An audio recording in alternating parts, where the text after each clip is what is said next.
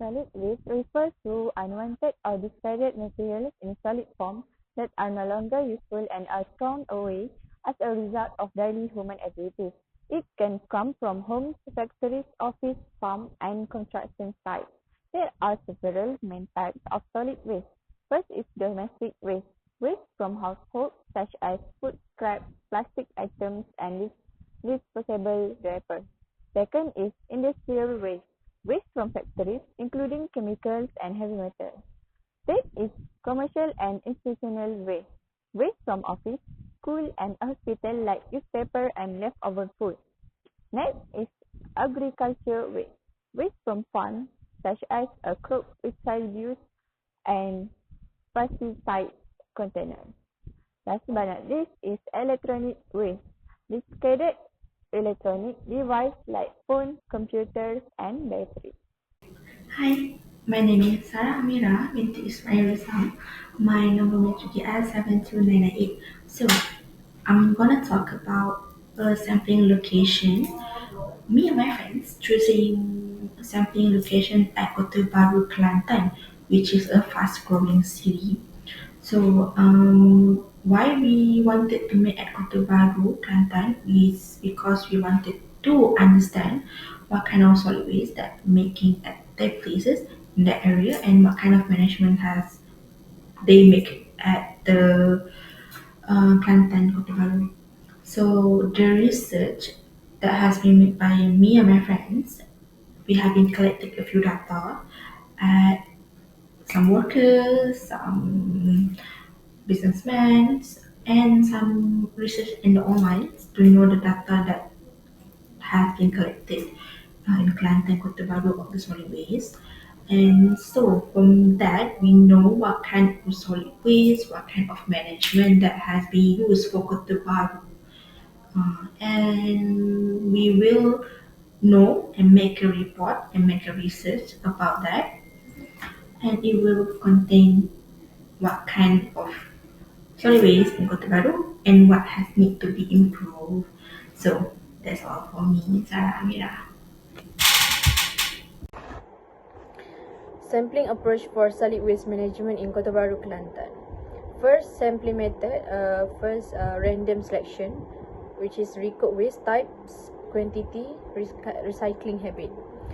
Second, collection point sampling, which is sample from bin or trucks. Use squattering method to sort and weight. Third, time-based sampling, weekday versus weekend. Consider seasonal change, which is dry and monsoon. Next, sample size and duration, at least 13 sample per area, sample over minimum 7 days.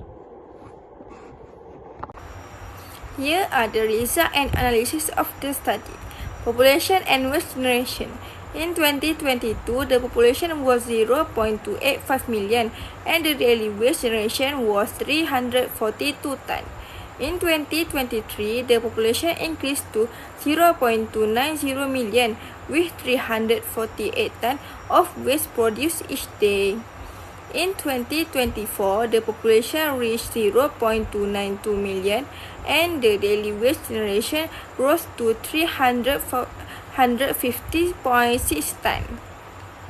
The detailed waste audit for the East Coast measured in grams per capita per day. Food waste is again the largest contributor at 460.21 gram.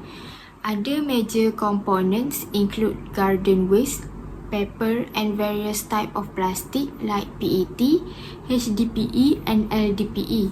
The total waste per person is approximately 803.75 gram per day.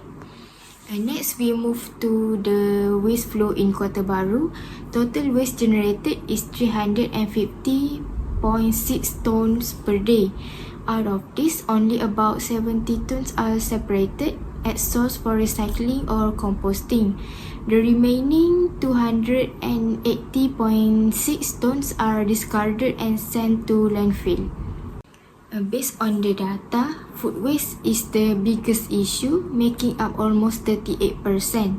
This highlights the need for composting programs and food waste awareness campaigns.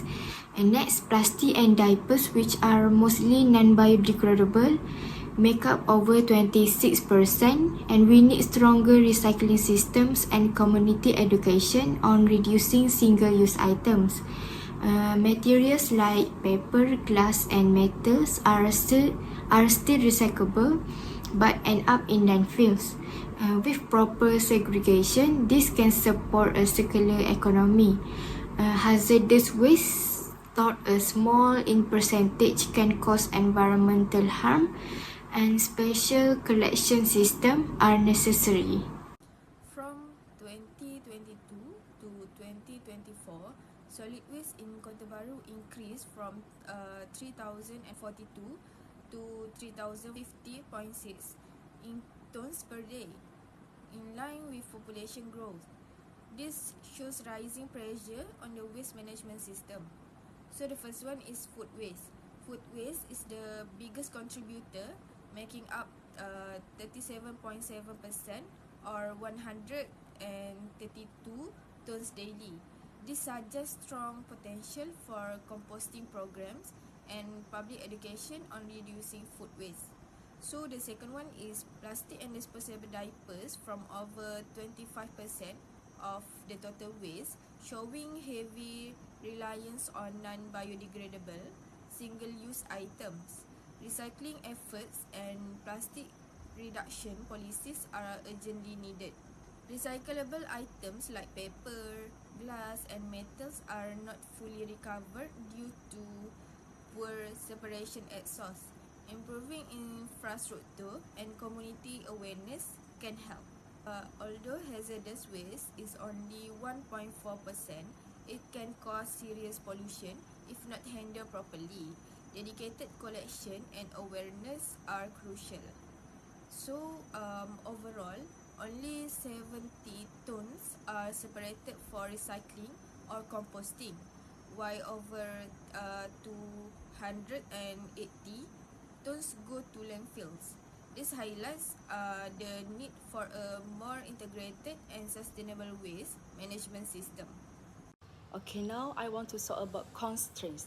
First, time constraints. Okay, different academic schedules among group members, multiple assignments due at the same time, hard to coordinate discussions and teamwork, many tasks done separately or rushed, affecting efficiency. 2. Data collection issues. Key data from senior staff at a waste disposal company in Kelantan. Delay due to their busy schedules. Add pressure to meet the deadline. And the last one, eventually obtain accurate and relevant data. This data reflects not just waste production, but also hints at public behavior and awareness.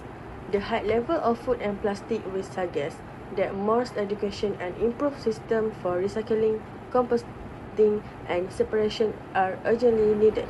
If this pattern continues without improvement, Kota Baru could face serious challenges such as overfilled landfills, increased environmental pollution, and potential health risks. Our current waste practices may not be sustainable for the future. To address the increasing amount of solid waste generated in Kota Baru, this is recommended to prioritize the development of effective organic waste management programs, such as implement organic waste management programs. Since food and garden waste together make up half of the total waste, Kota Baru should prioritize composting and organic waste facilities. After that, promote sources segregation. Encourage households and businesses to separate waste at the sources, especially for recyclable like paper, glass, metal, and hazardous materials. Other than that, address disposable diaper waste. Disposable diapers account for 10% of daily waste, which is substantial. The city could explore alternatives such as promoting biodegradable diapers, supporting closed diaper programs, or establishing special collection and treatment system for diaper waste. After that, upgrade waste collection and disposal infrastructure. As waste generation increases, it is essential to expand and modernize waste collection service.